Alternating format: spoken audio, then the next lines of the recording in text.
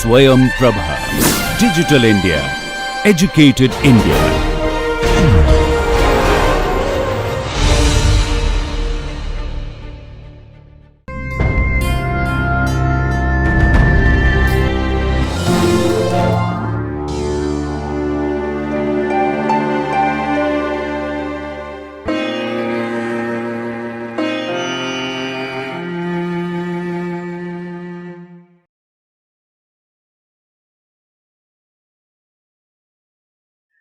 I'm Dr. Ravinder Kaur. I'm Director Professor and HOD in Department of Microbiology.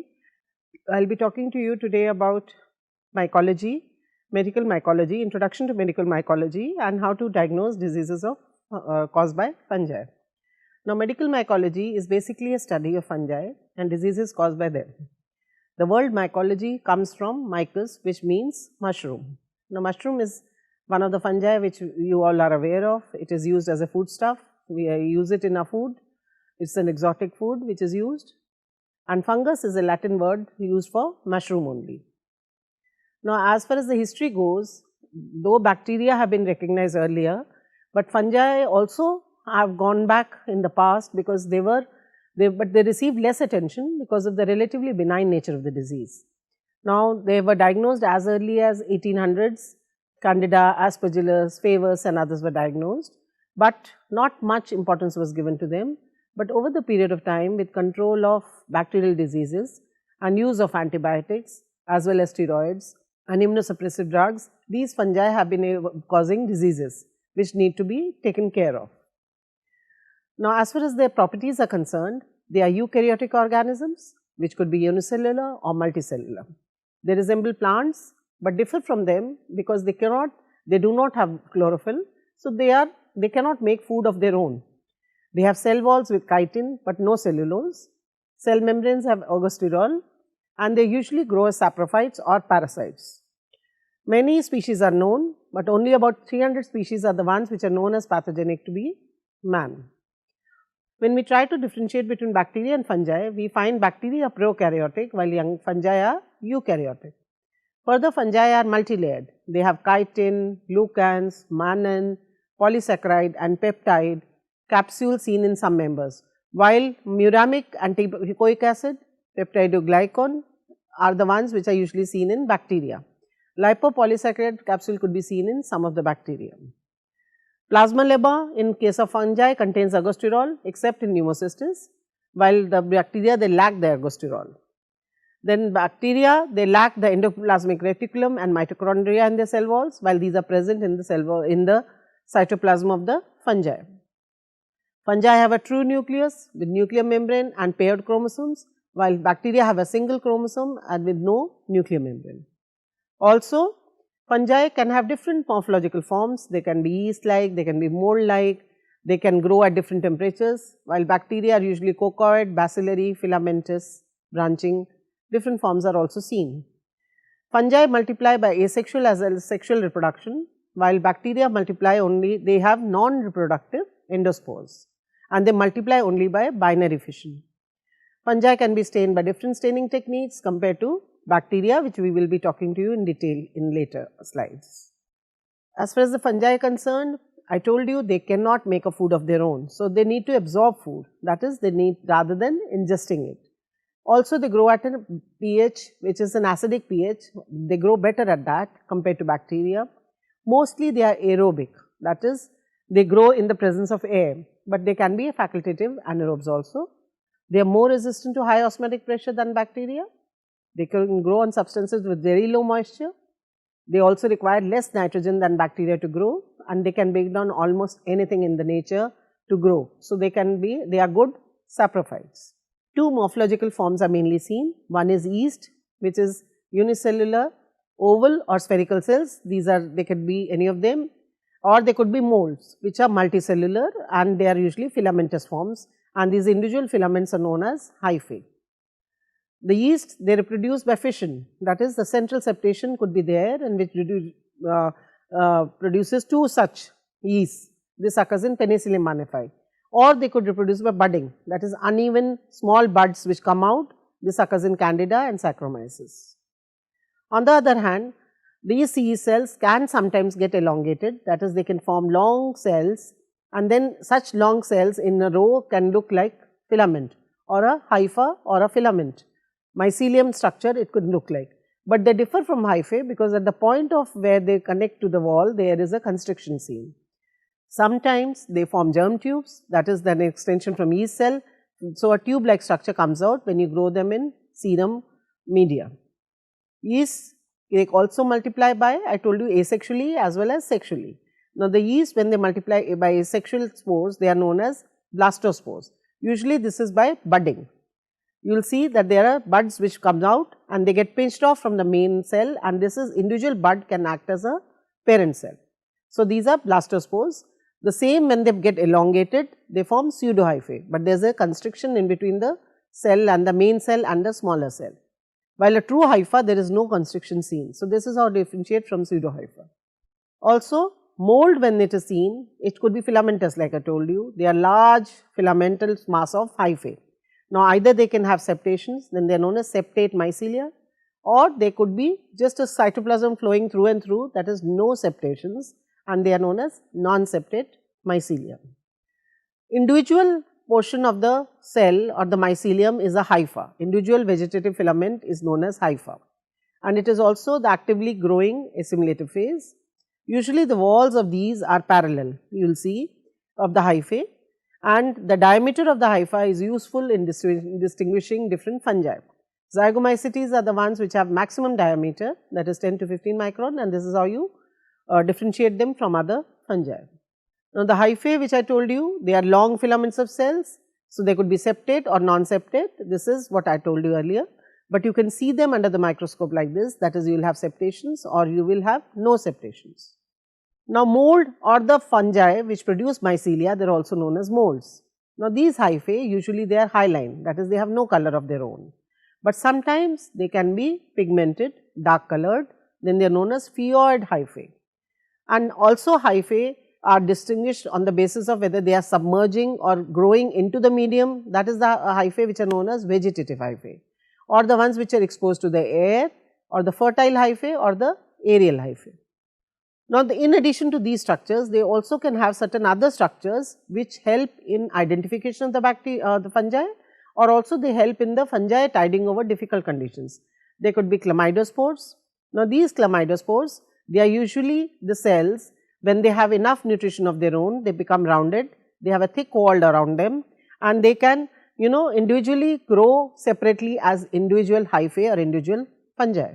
They can be terminal when they are at the end of the hypha, they could be intercalary when they are in between the cells, or they could be sessile when they are on the hypha, they are bone on the side. Each individual chlamydospore can act as a reproductive unit.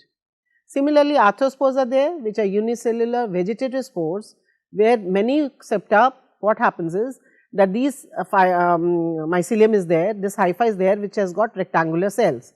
So, some of the cells, the cell wall thickens and they separate out, while the individual cells in between they degenerate. So, what happens is this occurs when a fungus is not getting enough nutrition. So, these individual arthrospores, they can separate out and individually act as full parent bodies and later develop into new hyphae. So, this is how a fungus tides over difficult conditions. In addition to this, they can have certain special hyphal structures which help you in identification. Seeing those special structures in a fungal microscopy, you can identify the particular fungus. Like in case of Trichophyton mentagrophytes, you will see the spiral hyphae, spiral structures. In Microsporum ardeni, you will see these pectinate-like bodies. You will see favic chandelier appearance in some hyphae, or you will see in some mycelia. Suddenly the cells become nodular, become thickened. This is known as nodular organ, which is seen in Microsporum canis, or they could form structures like tennis rackets, and this is seen in Epidermophyton flocosum. So, if you see structures like this under the microscope, you would think that this is Epidermophyton. So, it helps you to identify a fungus. Now, as far as reproduction is concerned, fungal spores, they are formed by sexual and as well as asexual reproduction. Sexual spores are usually formed by fusion of the two opposite mating strains of the same species, while asexual spores are formed on the aerial hyphae. Now, the aerial hyphae, the sexual spores can be formed either within a sac-like structure, which is a sporangium, and the spores within the sporangium are known as sporangiospores. This can burst and the sporangiospores can come out in the air, and individually they can go and germinate. Or they could be unicellular microconidia in the case of penicillium and all, or they could be multicellular. In that case they are macroconidia, that is multi-celled macroconidia, and which can individually germinate and produce new fungi. As far as the morphological classification is concerned, fungi could be either yeast, yeast-like, molds or dimorphic fungi. Now, what do we understand? Yeast, I have told you earlier also, it is what? It is a unicellular form of the fungus, and usually there are no when there are no pseudohyphae seen, or then it is known as a true yeast, and such fungi are the Cryptococcus neoformans. Yeast-like it is called when there are pseudohyphae and hyphae seen. This is seen in Candida species. Molds on the other hand, they exist as mycelial forms. This can occur in any of the bread molds, Aspergillus, Penicillium, Rhizopus, etc. While the dimorphic fungi is another class of fungi which can grow in two forms, that is why it is known as dimorphic fungi. At 37 degrees centigrade, they are present in the yeast form or unicellular form, and at room temperature or 25 degrees centigrade, they form molds or seen as mycelia. This is usually seen in the systemic fungi which are causing systemic mycosis, and histoplasma, blastomyces, Sporotrichia, Penicillium anaphae are some of the ones which act as dimorphic fungi. Phaeoid fungi are what? The fungi which have pigmentation in the cell wall, or which are colored or which are dark. They are known as phaeoid hyphae or dioecious fungi. Now, some of these are yeast-like on primary isolation. Then in that case, what will happen is the yeast itself will also be black colored. So, then they are known as black yeast, and they are these difficult pronouncing names like Basidium pullulensis, Vagnella, Exophylla and others, which are these phaeoid fungi. Systematic classification can also be done based on sexual spores, which could be zygospores, then it is known as Zygomycetes, Ascospores, then it is Ascomycetes, Basidiospore if they form, then they are known as Basidiomycetes, and there is one Deuteromycetes or Fungi imperfecti where the sexual stage is not known. Now, in Zygomycetes, I told you the mating fungi of the same species, they come together and they form a sac-like structure, they mate together and they could form a sporangium. Now, this sporangium has sporangiospores in it. These are usually seen in non-septate hyphae, which could be Rhizopus, Mucor or Absidium. Ascomycetes on the other hand means spores within an ascus or within a sac-like structure, ascus. 8 or more spores could be present within the sac-like structure, or they could be present in chains like occurs in Penicillium and Aspergillus. Then they are known as conidia. Basidiomycetes, what are they? They are sexual spores. Usually they are 4 spores formed on the apex of a base-like structure, basidium structure. This is the sexual structure, and they are seen in Phylobasidia and in Sporotrichum. Deuteromycetes, I told you, are the ones where no sexual stage is determined, and they are usually, most fungi of medical importance belong to this. So, as far as the pathogenic classification is concerned, you have to understand some fungi are primarily pathogenic, that is they cause infection in healthy individuals, while there are others which will cause infection only when the patient is immunocompromised, that is this fungus will be present in the environment, Mucor, Rhizopus is present in environment, but most of us are not getting the disease. Why? Because we are enough competence, immunocompetence to be able to fight it. But when we are immunocompromised due to any reason, then we can get predisposed to these infections. So, fungal diseases could be either infection, in that case they are known as mycosis, or they could be hypersensitivity related diseases, that is you develop an allergy to fungal spores, like occurs in case of Aspergillus fumigatus, and we develop a disease known as ABPA, which is allergic bronchopulmonary aspergillosis. Or you could develop mycotoxicosis, in which case what happens is there are certain fungi like Aspergillus flavus, Claviceps purpura which produce toxic metabolites, and they can produce disease like aflatoxicosis or other agotism in a human being. Or sometimes what can happen is that there are enough preformed toxins in the food, this occurs in mushroom poisoning, and then in that case it is known as myticism. Now, as if you want to classify the mycosis, they could either be superficial or deep. Superficial can be surface or cutaneous, while deep could be subcutaneous or systemic. Then the further systemic could be mainly primary, that is the primarily pathogenic ones, or the opportunistic infections. So, the fungi, how the transmission occurs, how does the patient get an infection? Either one can get it through inhalation, which occurs in most systemic fungi like I told you earlier, or dermatophytes, by contact they can lead on to infection, or sometimes if you have a traumatic inoculation, so you have a wound and a spore comes and gets lodged on it, then mycetoma and other diseases can develop, or opportunistic fungi could cause systemic invasion by entry, say a patient who is on steroids or who has some treatment going on and the fungus gets lodged and that causes disease. Now, we need to diagnose these fungal infections, and to diagnose these fungal infections, first of all there has to be a big clinical suspicion. You have to be very sure that a patient could be suffering from a fungal infection, and because most of these fungal infections, you have to realize, they do not have any pathognomonic clinical signs and symptoms. So, just by any typical sign and symptom, you cannot say that this is a fungal disease. So, only when a patient say he is not responding to antibiotics or due to other reasons you think it is a fungal disease, then you will look for the particular fungus that you could think that could be causing the disease. Now, in that case, depending on whether it is a respiratory disease, you will take respiratory samples, or it is a skin disease, you will take a skin sample, skin scrapings, nail infection can occur, you will take a nail sample, hair samples in case it is a hair infection, or depending on whichever side the infection, if it is a CNS infection, you will take CSF samples. So, the right sample needs to be collected and enough amount of the sample needs to be collected. After the sample is collected, it is sent to the lab where we do first thing is direct examination. Now, KOH examination is usually done for samples like skin scrapings, nails and all, where there is a keratin structure there. So, keratin is usually a very difficult structure to dissolve, but KOH dissolves the keratinolytic agent, it dissolves this keratin and allows better visualization of these fungi. Or you could do chalcofluoride staining, which binds to the cellulose and chitin of the fungal cell walls, and these fluoresce like white fluoresce under UV light. Or you could do negative staining, in which case the capsule does not get stained, but it gets more visualized. Further, sometimes you are getting tissue samples. Now, how do you need to diagnose tissue samples? In them, you will need to do histopathological staining, which could be H&E staining, PAS staining, which stains only live fungi, or it could be silver staining, which stains both live and dead fungi. Then you could do Meyer's musicamin staining and other stains. I will show you how they look. H&E stain, the fungus, if it is there, it could tell you that the fungus is invasive. Or there is a silver staining in which the dark colored fungi, they are there, which can be identified sometime by their morphology also. Or PAS stain, where the yeast is identified by the color that it takes. In case of musicamin stain, the capsule here in Cryptococcus neoformans, it is getting stained. Further, for diagnosis, you need to culture them. For culturing, with a medium that is used is Sabrot's dextrose agar, and this is usually taken in a tube or a bottle. Why? Because we need to incubate for up till 4 to 6 weeks. If you have in a plate, usually the medium will dry. So, a fungal thing, you need to put it in a medium, in a tube, so that it is not dehydrated.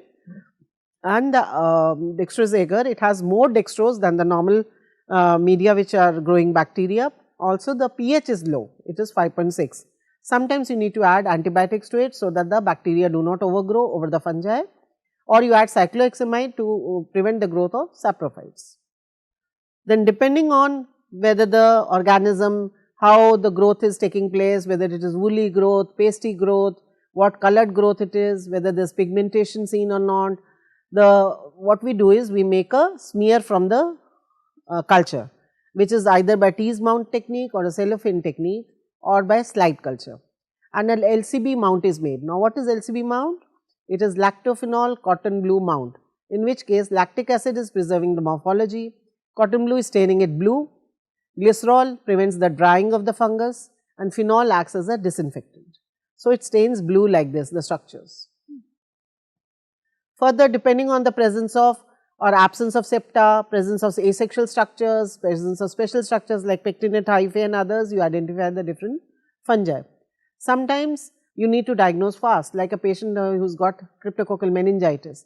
You want to diagnose as early as possible. So, if you take a CSF sample, you can look for antigen by doing latex agglutination, or in case of aspergillus and dermatophyte infection, sometimes you can look for antibodies.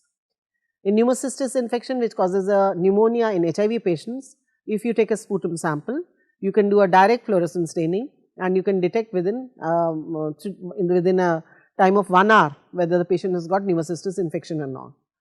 You could also look for fungal metabolites, or you could do molecular testing, but molecular testing is not so well developed or advanced in fungal infections. Skin testing is done sometimes for delayed hypersensitivity, because these fungi usually the fungal infections are mediated by cell mediated immunity. So, by showing this response on skin, you could show that a patient is suffering from a systemic infection or not. So, these are the different ways by which we diagnose fungal infections. Now, fungal infections are there on the fore, we have to learn to diagnose them. More and more patients are getting infected by fungi, and another thing important which we need to know is that there are very few antifungal agents. So, the earlier we diagnose, the better it is for the patients. Thank you.